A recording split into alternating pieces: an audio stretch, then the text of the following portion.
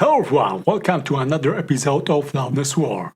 It's the second part of the video about dynamic range compression. Today I will demonstrate a number of techniques that allow us to reduce dynamic range of a track in order to make it louder and make the best use of all our headroom at our disposal.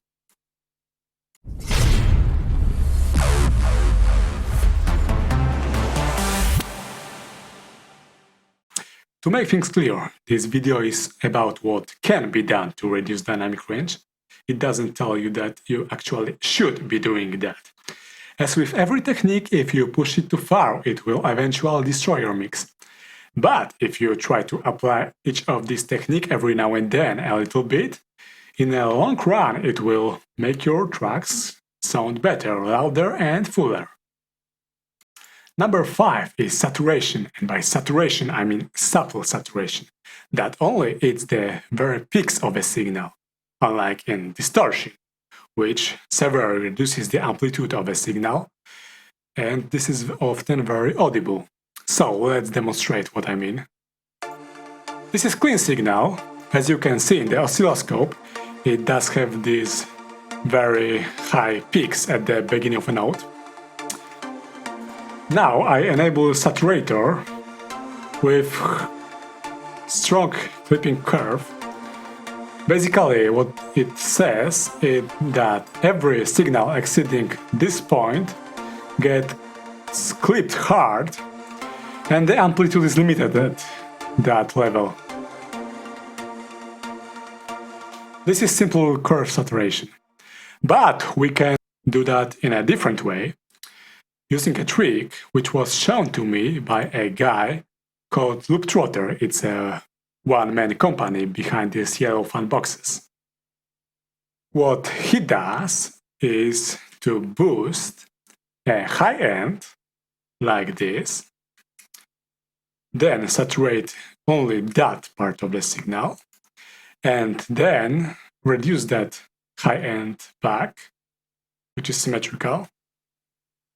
So the rest of the signal remains unaffected. Let's try that now.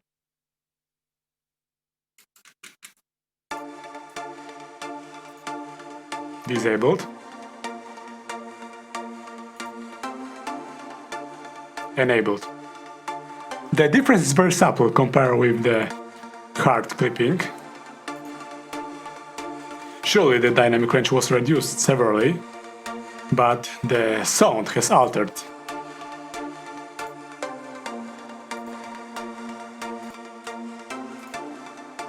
While with this kind of saturation, with pre-emphasis, when we only boost high end of a signal, it's much more transparent, but we still achieved our goal of reducing the peaks. Surely there are many ways to achieve that effect. For example, you may have heard about tape saturation and tape saturation emulations. It uses the physical properties of a tape to achieve similar effect of reducing high-end peaks and crackles. But here I am showing that explicitly so you can see what exactly is going on inside. Number 6 is distortion, and I mean heavy distortion here. This won't work for subtle pop vocals, but can work for this electronic bass. So I've got wavetable bassline running here in Serum with flanger and phaser enabled, which modulate the signal, and the amplitude goes up and down every now and then. You can see it on oscilloscope. Now I can enable heavy tube distortion here, which will clip the signal, reducing this amplitude, but also the dynamic range drop down pretty much to zero. The amplitude and overall volume dropped as well, but I can compensate for that with utility adding 4 dB. So it's as loud as before, but the peak level got reduced. So we can fit more of our signal in our track, or boost it. Now, as the signal was originally very distorted already, adding more of distortion won't destroy the sound, but it will let us gain more headroom. So that's the way to go if you can distort your audio heavy, like in this bass line, and no one is going to notice it, but in the long run it will become louder. Number 7 is synthesis. If you are into electronic music, it's worth to consider a different technique at sound design level, as some of synthesis techniques actually produce flat waveforms which do not require any further compression. For instance, FM synthesis or phase modulation synthesis here in Massive X. Let's try this house bass. As you can see, the waveform is already flat, even if I try to change the sound. It remains flat. Or filter drive.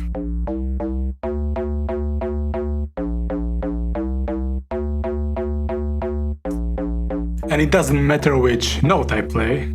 This is the pattern. Oh, you can see here. This is the pattern.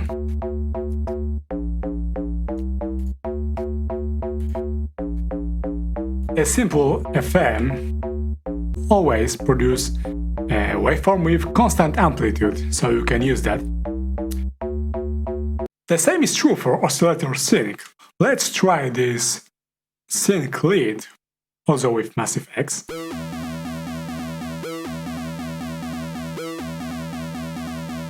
The waveform generated by sync is flat. There is some amp envelope with dropped level after note ends, but the core waveform has constant level. And it doesn't change as we modulate it.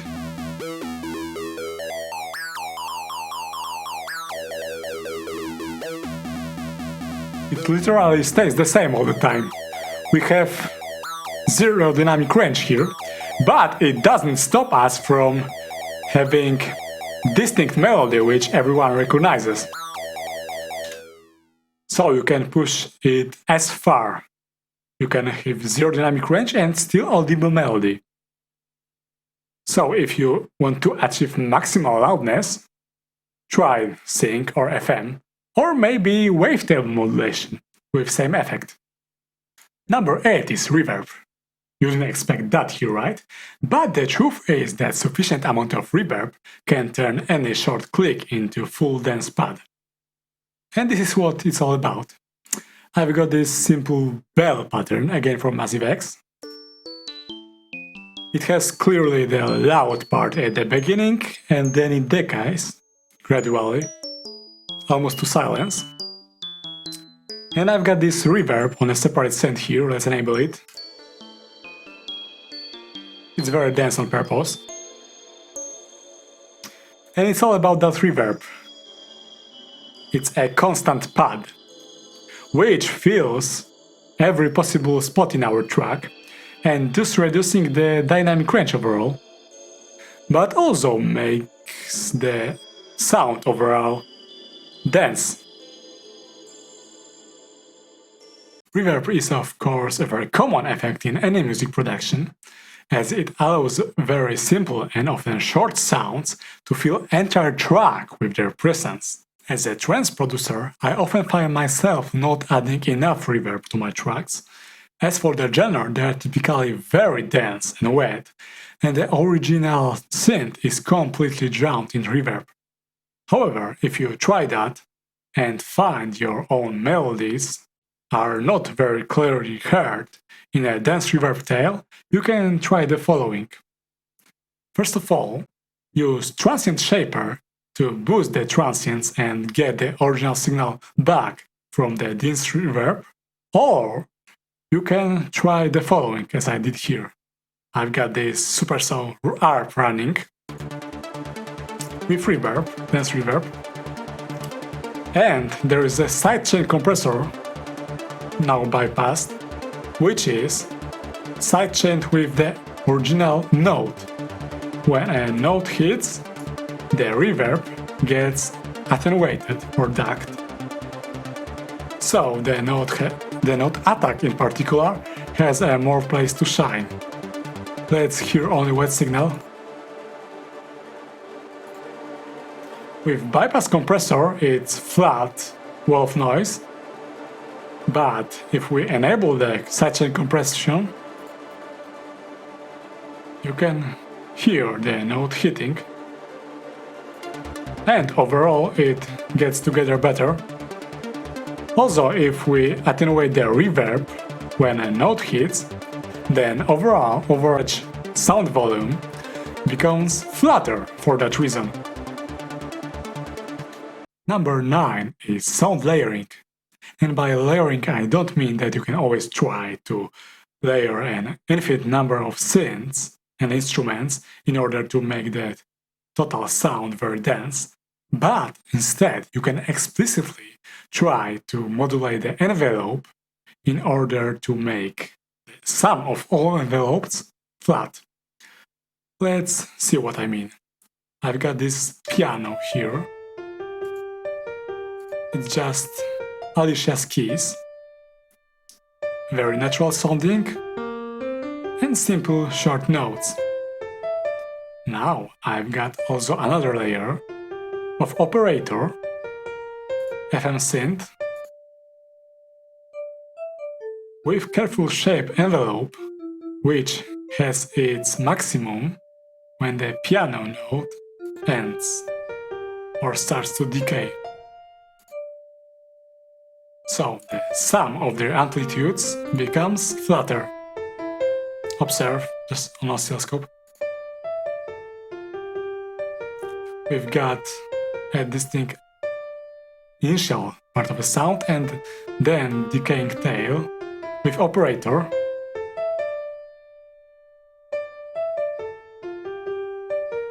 The decay part is somewhat flatter, but I've also got the third layer of the same piano playing octave lower. Yes, it's actually a piano. A piano with removed attack phase suddenly becomes a violin. This is original sound. This is with shaped envelope. This is piano with FM, and these are all three playing together.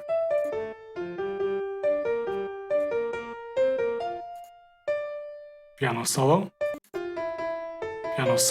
and all together. So the resulting envelope becomes flatter, of course, as when the clean piano hits, the other sounds layered have low amplitude, and when it starts to decay, their amplitude increases. Also, to make this example believable, I will actually add some processing, so it now sounds nice, and that could actually work in a real-world production.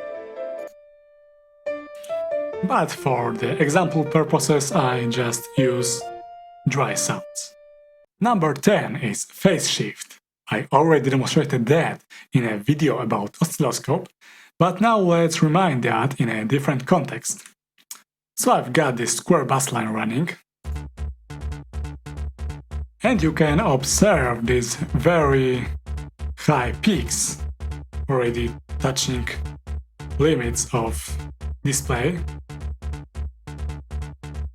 And these are caused by phase misalignment. Just by changing the phase, I can get rid of them. Let's see. You can see that the peaks are not touching the edge of display anymore. And it's a simple phase rotation. Now the phase of a sound is not clearly heard by our ears, so that's something that's better than visually, but it can have significant impact on overall quality of our sound. Surely I could have removed these peaks with a saturation as I did in an example before, but that will alter the sound. The phase shift doesn't really alter the sound, it's still the same. But the dynamic range got reduced, and we are making better use of our headroom. That's something you can do, even though you can't hear it probably. But in the long run, it allows you to gain some headroom and make the overall bass line this 1 or 2 dB louder for free. So go and try that. Okay, that's all for today, my best knowledge about dynamic range reduction and mixing overall. If you have any questions, leave them in the comments below. If you don't, you can still subscribe this channel, as there will be more tips coming on different subjects. See you next time.